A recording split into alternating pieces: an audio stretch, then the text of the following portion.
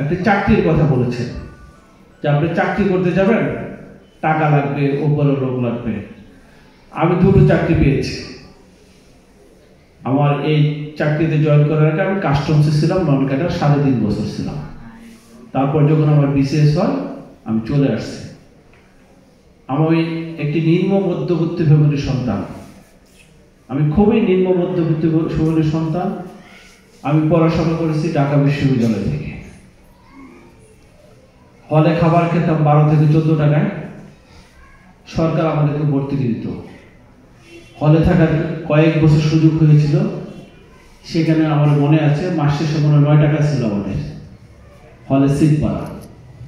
আমার মতো অনেকে ঢাকা বিশ্ববিদ্যালয়, জাহাঙ্গীরনগর বিশ্ববিদ্যালয়, বিভিন্ন বিশ্ববিদ্যালয়ের শিক্ষার্থী, সাবেক শিক্ষার্থী থাকতে পারে। তো আমরা কিন্তু আমাদের চেষ্টা, সৃষ্টিকর্তার দয়া, মা বাবা সহ গুরুজনদের দয়া, দোয়া, নিজেদের চেষ্টায় কিন্তু আমরা এই পর্যায়ে আসতে পেরেছি। ভাগ্য একটা বিষয়, আমি ভাগ্যে বিশ্বাসী অনেকটা। তা আমার মতো মেধাবী বাংলাদেশ অনেক আছে, তোমার মতো শিক্ষার্থী অনেক আছে। চেষ্টা, একাগ্রতা, ভাগ্য সবকিছু মিলে মানুষের জীবনকে প্রফুল্ল করে। আমরা মানুষ হিসাবে জন্মগ্রহণ করেছি, রাইট? এই মানুষ হিসাবে কিছু নেই। হ্যাঁ, সরকারি বিভিন্ন দপ্তরে অনেক ক্ষেত্রে হয়তো দুর্নীতি হয়, বেসরকারিতে হয়। আমি এখানে উপজেলা নির্বাহী অফিসার যে পদটা, আমার কাছে সকল শ্রেণী পেশার লোকজন আসে। আমার কাছে এরকম কথা বলে অনেক ক্ষেত্রে অনেকেই, যে স্যার এটা তো দিয়ে দিতে পারেন, এটা আমার জন্য দিয়ে দেবেন, এটা এবারের মতো শেষ। সে নিজেও জানে যে কাজটা রাইট না, তার আবেদনটা রাইট না। সে যে আপিলটা করতেছে আমার কাছে সেটা সঠিক না। আপনি রাস্তা দিয়ে যাবেন, 5 টাকার ভাড়া 20 টাকা রাখবে,